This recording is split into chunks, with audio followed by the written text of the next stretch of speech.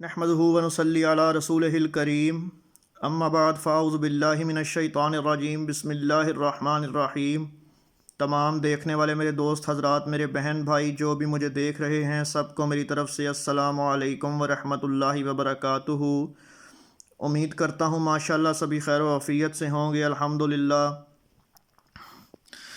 آج میں آپ کو ایک حدیث سناؤں گا ایمان کی لذت کے متعلق۔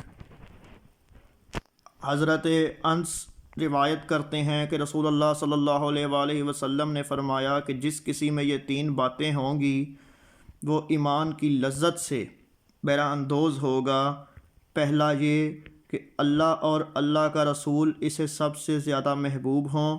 دوسرا، کسی سے دوستی کرے تو اللہ کے لیے کرے، یعنی اللہ کی رضا کے لیے کرے۔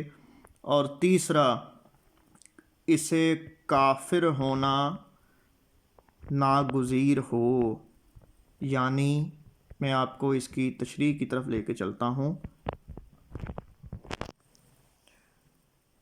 کہ تین چیزوں کا ہونا ضروری ہے: اللہ اور اس کے رسول کی محبت، دوسرا کسی سے دوستی کرو تو محض رضائے الہی کے لیے کرو، اللہ کی رضا کے لیے، تیسرا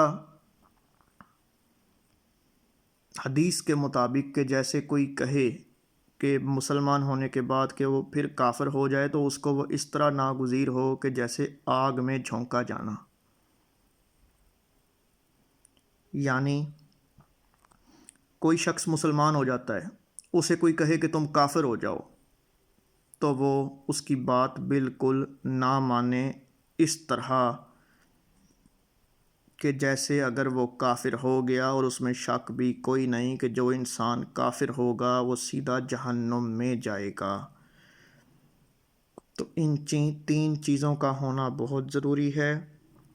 پہلی، اللہ اور اس کا رسول اسے سب سے زیادہ محبوب ہوں۔ دوسرا، کسی سے دوستی کرے تو اللہ کی رضا کے لیے۔ اور تیسرا، کوئی اگر اسے پھر سے کافر ہونے کا کہے تو وہ اس کے لیے بالکل ناگزیر ہو، یعنی کہ جیسے آگ میں جھونکا جانا۔ امید کرتا ہوں آپ کو میری اس بات کی سمجھ آئی ہوگی کہ ان تین چیزوں کا ہونا ضروری ہے۔ اگر ان تینوں میں سے کوئی ایک مس ہو جاتی ہے، موجود نہیں ہے، تو آپ کا ایمان نامکمل ہے۔